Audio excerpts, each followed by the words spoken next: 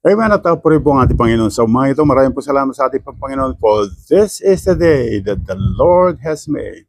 And I will rejoice and be glad in it. Welcome po sa devotions po natin sa House of Worship. Yan, the topic po, follow me number 24 na po tayo.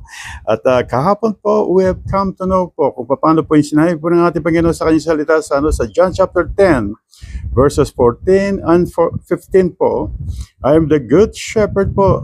Sabi po ng ating Panginoon, and I know my sheep, and I'm known by my own. As the Father, tingnan po natin to, as the Father knows me, even so I know the Father. And I lay down my life for the sheep. At makita po natin dito, the relationship of the shepherd and the sheep compared to the Father and the Lord Jesus Christ po. At kung makita po natin ang ating Panginoon, the relationship of the Lord Jesus Christ, He continually hear the words of the Father. Kung ano pa yung sinasabi po ng Ama, yun po yung sinasabi ng anak. Kung ano po yung nakikita ng Ama o ng anak sa kanyang Ama, yun po yung ginagawa po niya. Example po dito is sa John chapter 12, verses 49 to 50. For I have not spoken on mine own authority, but the Father who sent me gave me a command, what I should say and what I should speak.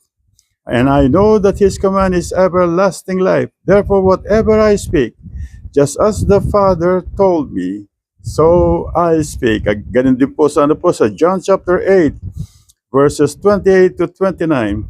Jesus said to them, when you lift up the Son of Man, then you will know that I am He, and that I do nothing of myself.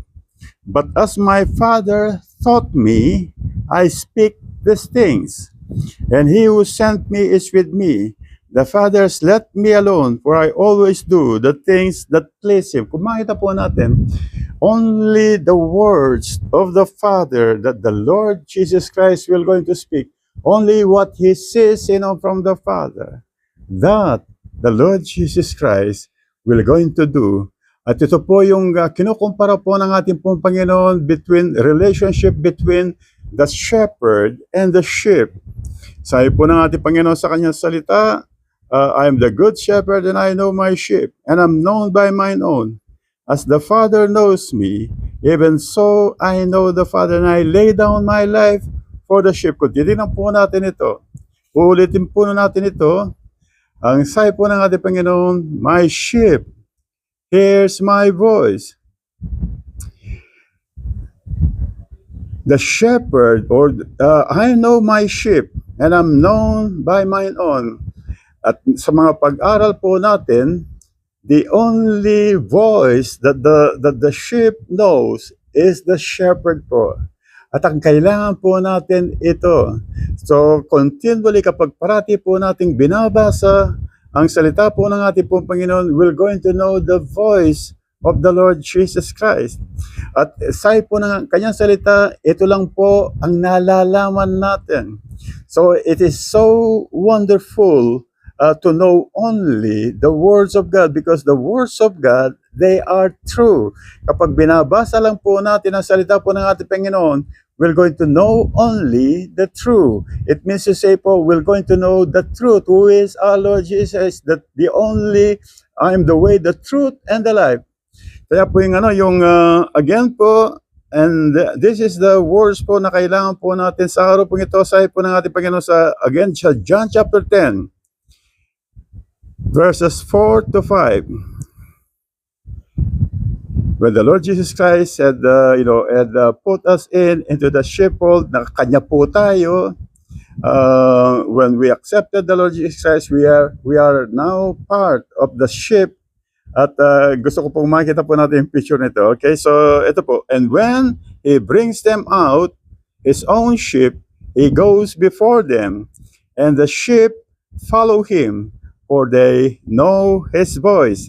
Sabi po sa verse 5, yet they will by no means follow a stranger, but will flee from him, for they do not know the voice of strangers. Yung po kagandahan dito.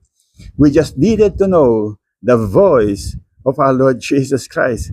Ngayon po, kung tinignan po natin dito, sabi po ng ating Panginoon, I'm going to get other sheep that they are not of this flock, but they're going to be one flock. Magiging isang kawan ko sa po ng ating Panginoon. Ngayon po, ang kagandahan po dito, we need to picture po ito. At when we are following the Lord Jesus Christ, kung paano po yung mga sheep, they follow the Lord Jesus, meron po silang, meron pong mga kasamang mga sheep. It means to say po, mga kawan po, katulad po natin ngayon, when we follow the Lord Jesus Christ, marami po tayong kasama. We are one of the flock of our Lord Jesus Christ. Ito po ang kailangan po nating makita. Kaya po makita po natin yung sinabi po ng ating Panginoon, we're going to dwell in unity. We have a lot of brothers and sisters praying for one another. At ang puso po nagpipray nito is the same heart as their shepherd po, which is a callous heart, a heart that is good, that the other sheep po na kasama po natin, they are always thinking good of you. They are always praying. Kaya po kapag kasama po natin, we are in peace because we have ang kawan po ng mananampalataya at ang ating pong Panginoon. We are at peace with God.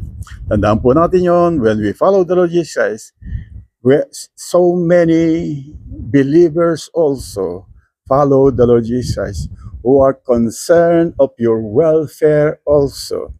At sa araw po ito, maraming po salamat sa ating pong Panginoon, sa lahat po yung mga nasa live streaming, sa lahat pa po na makapanood po ng live streaming ito.